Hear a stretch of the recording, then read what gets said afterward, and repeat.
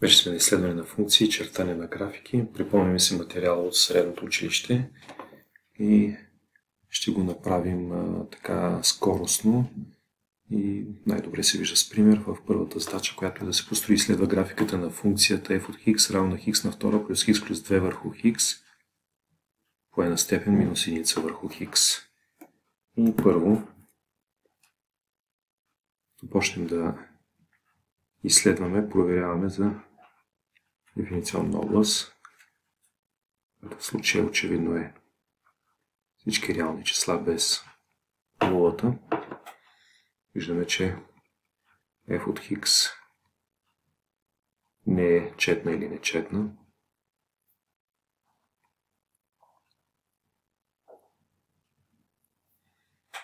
Просто самия множител e на минус единица върху x е много различен в двете посоки. И тук е интересно да се види в проблемната точка какви са границите. Първо, общо погледнато, x клонящо към 0 е числителя клони към 2, значи два пъти граница x към 0 е минус единица върху x. Ако тръгнем тук да прилагаме опитали, ще имаме проблем с сложната функция и можем значително да го опростим. Ако просто сменим променливата, т.е. това да го разделим на два случая. Тук плюс-минус, нали ги пишем отделно, плюс-минус 0. Първия случай x клонящо към плюс безкрайност. Втория случай x клонящо към минус безкрайност. Ще стане x и по e на минус x по e на минус x. Но ето голяма е разликата. Когато е плюс безкрайност, това ще е два пъти граница x клонящо към плюс безкрайност. Хикс върху e на хикста, което е 0. А в другия случай ще бъде два пъти граница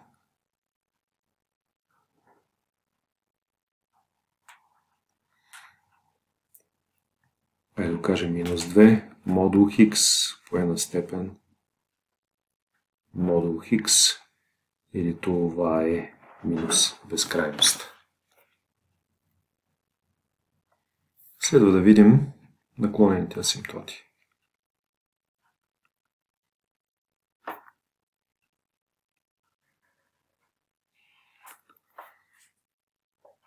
За целта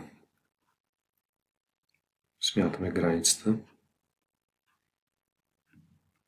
плюс-минус безкрайно. Сега няма всяка една функция, това ще ни даде една и съща граница. В принцип е добре да се сметнат отделно. Речем на черновата сме си ги сметнали отделно и сме видели, че е едно и също. Ето хикс върху хикс, това е граница плюс-минус безкрайност. Хикс на втора плюс хикс плюс 2 върху хикс на втора по е на минус единица върху хикс. Добре, това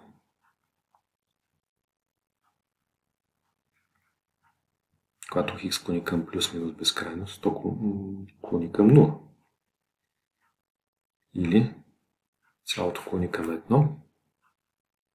И това тук очевидно клони към 1, значи границата е единица.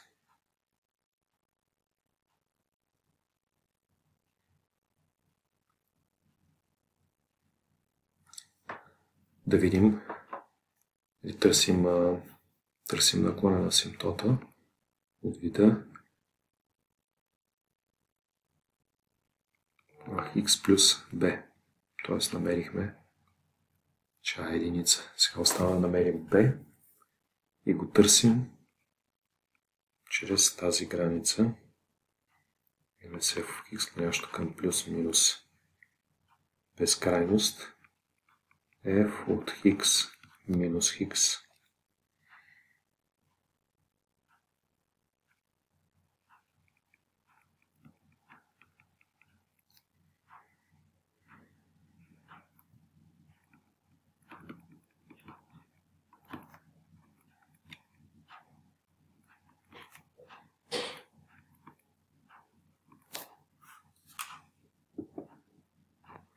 и приравняваме си и става граница при x клонящо към плюс минус безкрайност.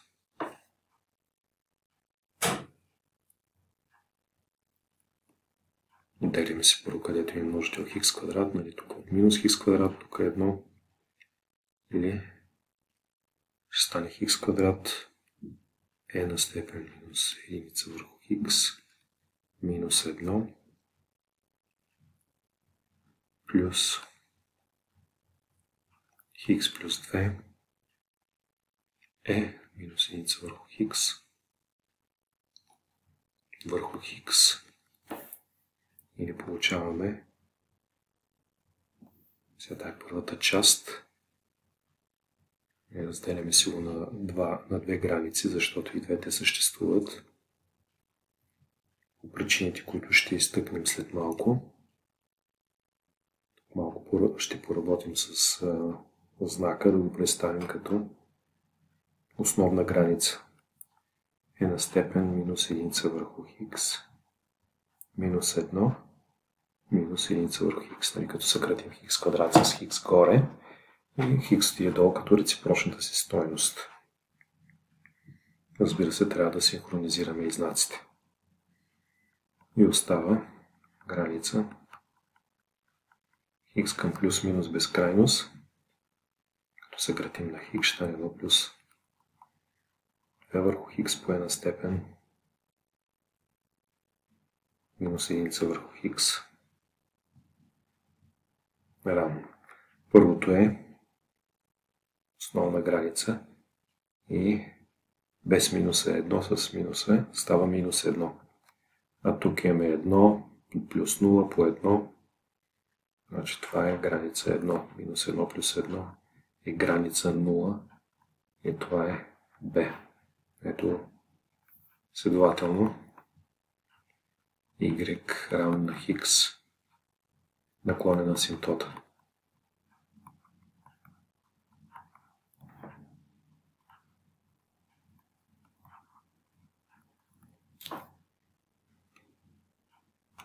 Нека сега пресметнем производната. Имаме производна на функция по функция първо на e на минус единица върху x. Значи имаме 1 върху x квадрат по x на втора плюс x плюс 2 върху x и веднъж производната на това дробно рационалната функция на x квадрат върху x е единица. На единицата е 0 и на 2 върху x е минус 2. X квадрат по е минус единица върху x и тук като приравним под общ знаменател ще стане x на трета, x на трета плюс x на втора плюс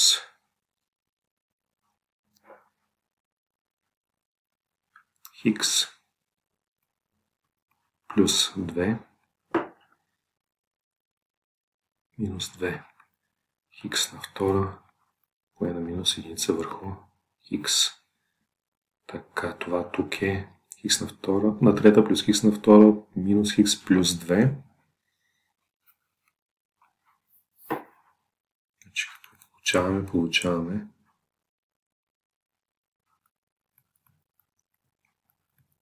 x на трета минус x на втора. Ето тук е една малка грешка.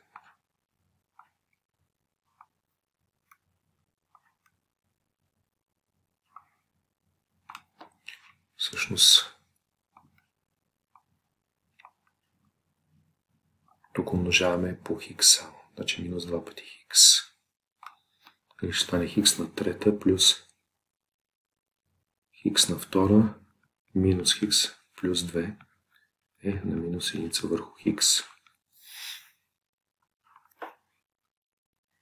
Така, да видим какъв корен ще намерим на горния полином от трета степен. Ясно е, че от съображение за четност плюс минус 1 не може да е.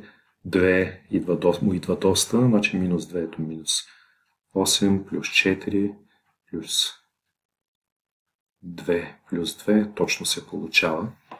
И тук не мога да издържа на изкушението малко така като за 6 клас да подходя. Хикс на трета плюс 8, нали, ясно, че трябва да се направи плюс хикс на втора минус 4 минус хикс минус 2. Хикс на трета е минус единица върху хикс. Или ще имаме хикс плюс 2. Хикс на втора минус 2 хикс плюс 4 плюс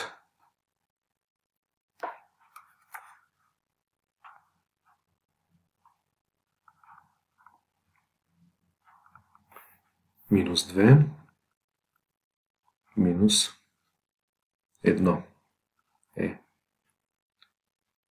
минус 1 върху хикс или окончателно хикс плюс 2. Хикс на втора минус хикс плюс 1 върху хикс на трета е минус единица върху хикс. И така получихме производната и вече можем да навлезем по-дълбоко в изследването на функцията. И тук има достатъчно място, за да си начертаем къде какво се случва. Уста. Имаме минус 2, имаме и точката тук на прекъсване 0. Разбира се, минус 2 е единствената точка, която е кандидат за екстремум.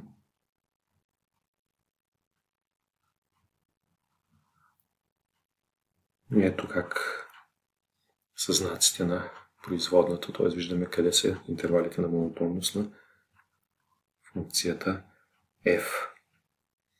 Значи, тук расте, тук намалява, значи в минус 2 имаме локален максимум или f минус 2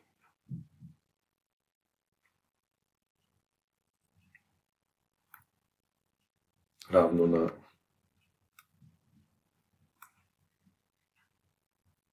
минус 2 корен от e. Едно хубаво е. Минус 2 корен от e, това е локален максимум.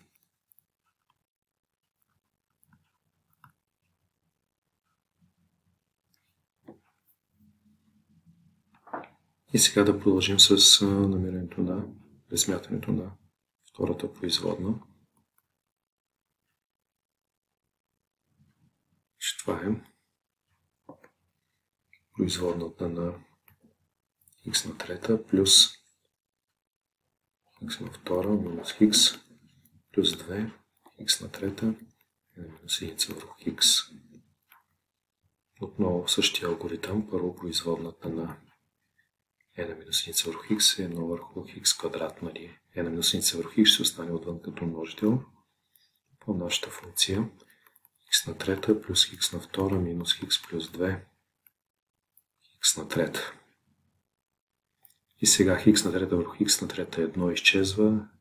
Хикс на втора върху хикс на трета 1 върху хикс. Значи минус 1 върху хикс на втора. И минус 1 върху хикс на втора ще даде плюс 2 върху хикс на трета. И 2 върху хикс на трета ще даде минус 6 върху хикс на Четвърта е минус единица върху хикс. Това е производната на това. И сега като приравним под общ знаменател, ще имаме хикс на трета плюс хикс на втора минус хикс плюс 2 минус хикс на трета плюс 2 хикс на втора минус 6 хикс. Тук имаме добра новина с третите степени. Или получаваме 3 хикс на втора минус 7 хикс плюс 2 върху хикс на пета, кое е минус единица върху хикс, е равно. И сега тук за 3 на хикс на втора, хикс 1, 2, ще бъдат 7 плюс минус 49 минус 24 върху 6 или хикс 1 равно на 1 трета, хикс 2 равно на 2, откъдето окончателно 3 хикс минус 1 по хикс минус 2 върху хикс на пета по е на степен минус единица върху хикс. Следователно може да определим вече интервалите на изпъкналост. Имаме, че f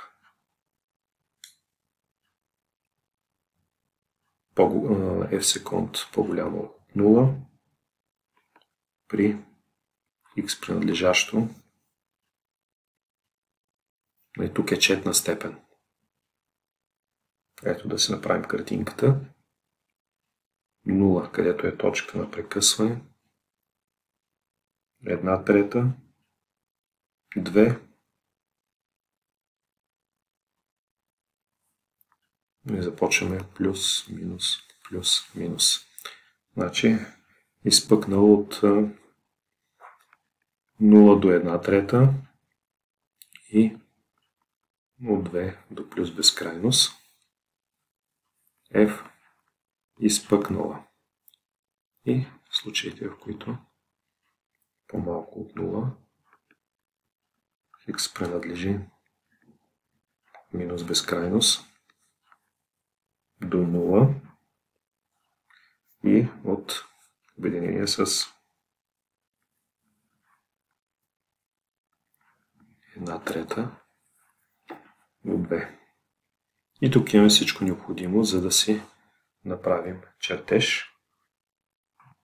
И ето как ще изглежда чертеж. Имаме наклонената асимптотна y равно на хикс.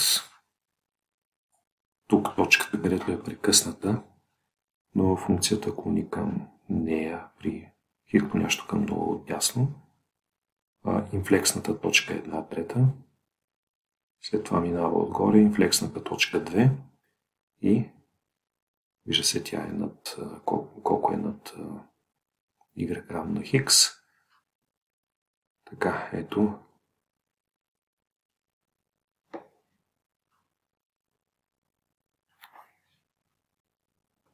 Или ми изпъкнал с 0 до 1 трета. После тук малко изивката ни прилича на инфлексна точка, но тук трябва да е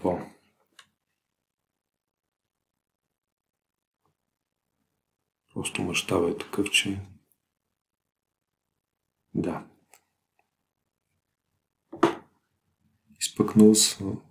Изпъкнала. Тук длъбната. Тук имаме пак изпъкнала и тук имаме длъбната. Това вече е хубаво описание и решение на задачата.